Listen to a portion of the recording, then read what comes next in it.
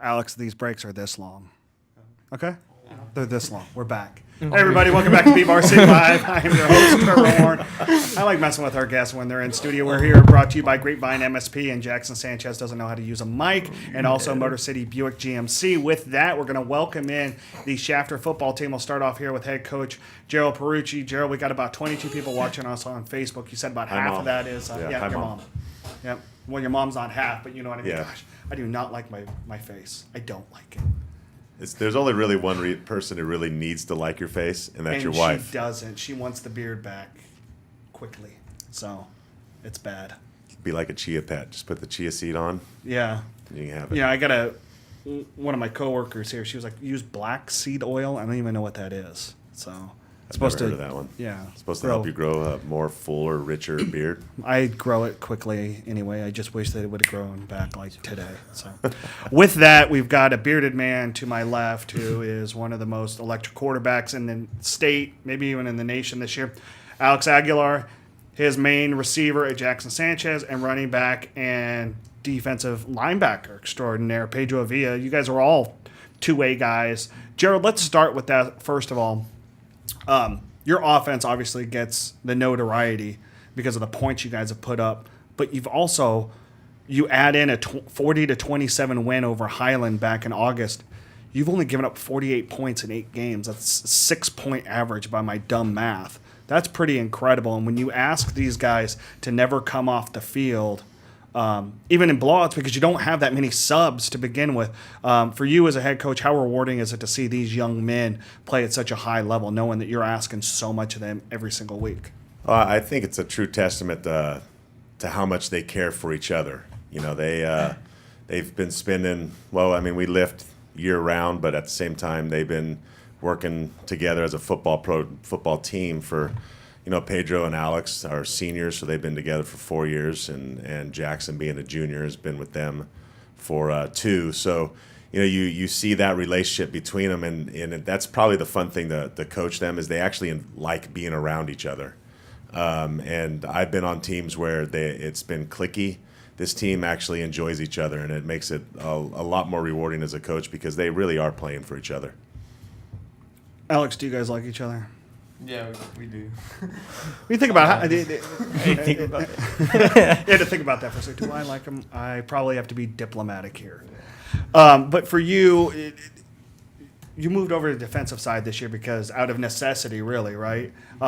You have a pick 6, which adds to your total. By the way, Bob Barnett, the Central Section historian, will include that touchdown in your number as we get closer and closer to the end of the season. Ladies and gentlemen, if you don't know, the section record for touchdowns scored by or touchdowns quarterbacks are responsible for passing, rushing, maybe even receiving or pick 6 or punt return is 62.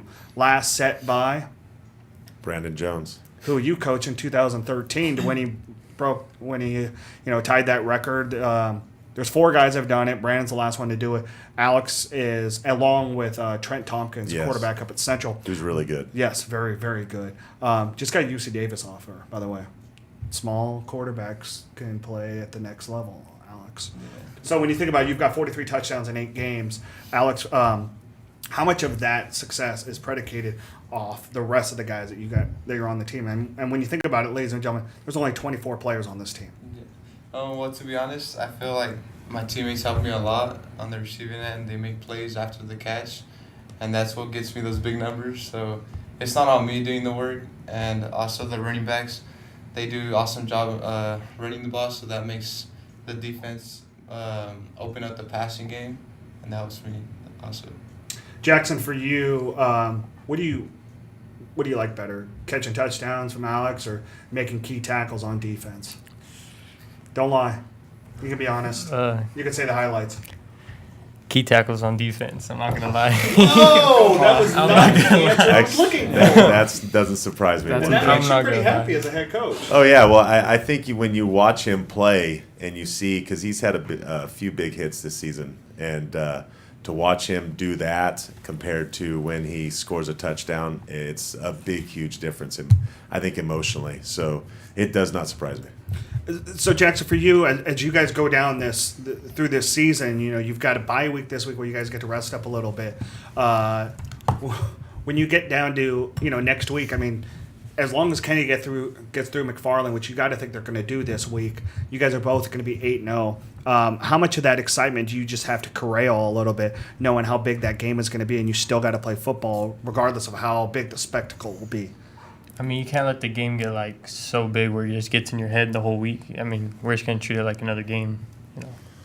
Pedro, for you, Alex gets all the looks from opposing defenses. For you as the running back in that offense, do you feel like you get bigger holes opened up for you and less looks, which allows you to do more things, or do you feel like you have to be there to make sure that if he gets bottled up, that you're right there to take on the load offensively? Yeah, definitely, because I know a lot of teams, defenses want to take away Alex, and that gives me the opportunity to get the ball and make plays. And at the same time, sometimes they go for me, and it leaves Alex open. Yeah. Jerald, when you look at it, I mean, you look at the success that 2013 season you had at BCHS, and I mean, you had some big dudes on that team with obviously Grant Bauma, Matt Smith. Brandon was a big size quarterback. I don't think these guys are, physically the stature of some of those guys are, but where are the similarities with that team and this team this year? Oh, well, shoot. It's funny. We talk about that quite a bit because I have some guys that are still coaching with me that were on that staff. I think the similarities, they go in I think the things that this team has gone through, I think there's a lot of similarities between the two. Last year, losing in the playoffs, the way we lost it, even though we didn't make it to a Valley Championship, but lose like we did the year before at BCHS, that has been a big driving force for these guys because it was something new for a lot of them going to the playoffs in general. The program hadn't really gone past the first round in quite a few years. So for us to get to the semis and then lose in the fashion that we did, it really left a bad taste in our guys' mouth. And even though we tried to prepare them for the type of football that you're going to see in the playoffs, a lot of times until you go through it, you have no idea. So that really drove them through the offseason, kind of like it did in the 2013. And then I think the makeup of the team is really a lot of the same, even though, like you said, I mean, we don't have a 230-pound running back in the backfield like we did with Matt. But I think it's funny. You got a kid that plays like it, though. That's the thing. You got guys like Pedro and who make you pay in a different way. Brandon threw for a lot of yards. Alex throws at the same time he rushes. So there's a lot of similarities in that. I mean, I had some really good receivers while I was there, like Zach Ball fans and having Jackson kind of that same type of role. There's a lot of similarities when you go across that from team to team as far from a coaching standpoint. So, you try not to put both of them together because you're always like, who's better? But this team is pretty special. Alex, they always say that the true champions learn more from the losses than they do from the wins. How much of that semifinal loss last year really kind of ignited your fire even more to get back on the field this year? Well, I feel like last year was like a painful year. I feel the pain to now. That game was it was just bad because we put a lot of work into it and we let our team down or the town down. We let everybody down. So I feel like this year we have a chance to make up for it and show what we're about.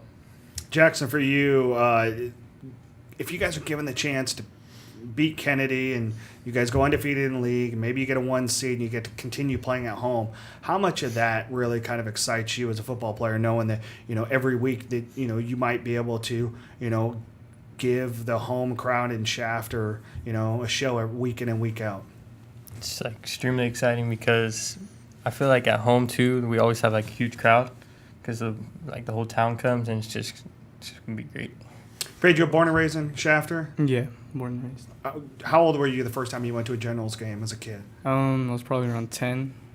And then, so 10 years old, Yeah. you're 17 now. 17. I mean, you think about it, when you were 10 years old, did you think, oh man, I'd love to be able to play on Yeah, this just field? watching it was always so big. you Yeah. know. When the kids were big, I'm like, oh, that's crazy. And now that you're on it and you're not that much bigger, no, I'm just I'm really not.